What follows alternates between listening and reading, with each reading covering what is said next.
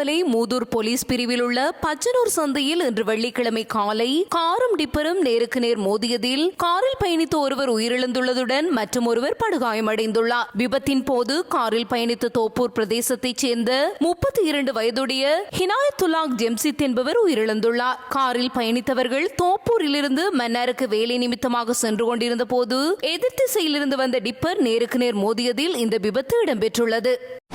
பொரளையில் அடுக்குமாடி குடியிருப்பு வளாகத்துக்கு அருகில் நடந்த துப்பாக்கிச்சூட்டு சம்பவத்தில் 23 வயதுடைய இளைஞர் ஒருவர் உயிரிழந்துள்ளார். நேற்று இரவு நடத்தப்பட்ட துப்பாக்கிச் சூட்டில் 5 பேர் காயமடைந்து கொழும்பு தேசிய வைத்தியசாலையில் அனுமதிக்கப்பட்ட நிலையில் ஒருவர் சிகிச்சை பலனின்றி உயிரிழந்துள்ளார். மோட்டார் சைக்கிளில் வந்த அடையாளம் தெரியாத இருவர் T56 ரக துப்பாக்கியால் சுட்டுவிட்டு தப்பிச் சென்றதாக போலீசார் தெரிவித்துள்ளனர்.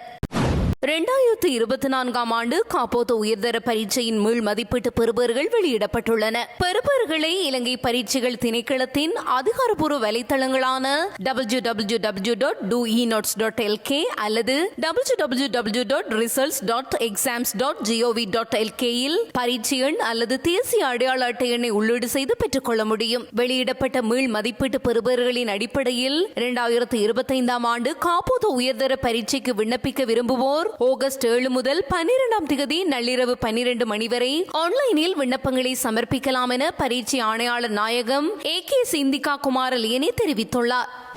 யாழ்ப்பாண பல்கலைக்கழக கலைப்பீடத்தின் புதிய துறையாக உருவாகியிருக்கும் ஆங்கில மொழி கற்பித்தல் துறை ஆங்கிலத்தின் காலனிய நீக்கம் எனும் கருப்பொருளில் தனது முதலாவது சர்வதேச மாநாட்டை எதிர்வரும் 11ஆம் தேதி முதல் 13ஆம் தேதி வரை யாழ்ப்பாண பல்கலைக்கழக கைலாசபதி கலையரங்கில் நடாத்த திட்டமிட்டுள்ளது. அமெரிக்காவின் பென்சில்வேனியா பல்கலைக்கழகம், நியூசிலாந்து ஓக்லாந்து பல்கலைக்கழகம், லண்டன் பல்கலைக்கழகம், ஹாங்காங் பல்கலைக்கழகம், கொழும்பு பல்கலைக்கழகம் ஆகியவற்றிலிருந்து வருகை தரும் பேராசிரியர்கள் இம்மாநாட்டில் உரைகளை ஆற்றவுள்ளனர். இம்மாநாட்டில் மொத்தம் 96 ஆய்வுக் கட்டுரைகள் பல்வேறு நாட்டு ஆய்வாளர்களாலும் சமர்ப்பிக்கப்படவுள்ளமை குறிப்பிடத்தக்கது.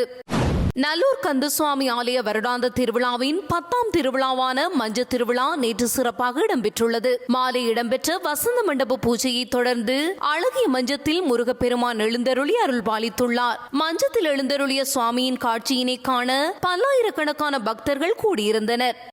உலகின் முன்னணி சைபர் பாதுகாப்பு நிறுவனங்களில் ஒன்றான ஹஸ்பஸ்கி வெளியிட்ட அறிக்கையில் ஆசிய பசிபிக் பிராந்தியத்தில் இலங்கையும் அதிக ஆபத்து நிலை கொண்ட நாடுகளின் பட்டியலில் இடம்பெற்றுள்ளதாக தெரிவிக்கப்பட்டுள்ளது. இலங்கை அரசு அமைப்புகள், முக்கிய உள்கட்டமைப்புகள், வங்கிகள், ஊடக நிறுவனங்கள் மற்றும் தனியார் துறைகள் ஆகியவை ஹேக்கர்கள் குறிவைக்கும் முக்கிய தளங்களாக இருக்கலாம் என அந்த அறிக்கையில் எச்சரிக்கப்பட்டுள்ளது. உலகளவில் அரசியல் பதற்றங்கள், பன்னாட்டு மோதல்கள் அதிகரித்து வரும் சூழலில் சைபர் தாக்குதல்கள் ஒரு புதிய வகை ஆயுதமாக மாறி வருவதனால் இலங்கையும் தனது டிஜிட்டல் பாதுகாப்பை வலுப்படுத்த வேண்டியது அவசியம் எனவும் அந்த அறிக்கையில் வலியுறுத்தப்பட்டுள்ளது.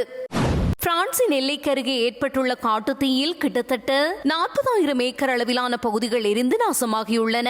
இந்த காட்டுத்தீயால் ஒருவர் பலியாகியுள்ளதுடன் குறைந்தது 13 பேர் வரை காயமடைந்துள்ளனர். 80 ஆண்டுகளில் இல்லாத மிகப்பெரிய காட்டுத்தீ இது என தெரிவிக்கப்பட்டுள்ளது. புவி வெப்பமடைதல் மற்றும் வறட்சி காரணமாக இந்த காட்டுத்தீ ஏற்பட்டுள்ளதாக அந்நாட்டின் பிரதமர் பிரான்கோயிஸ் பெய்ரு தெரிவித்துள்ளார்.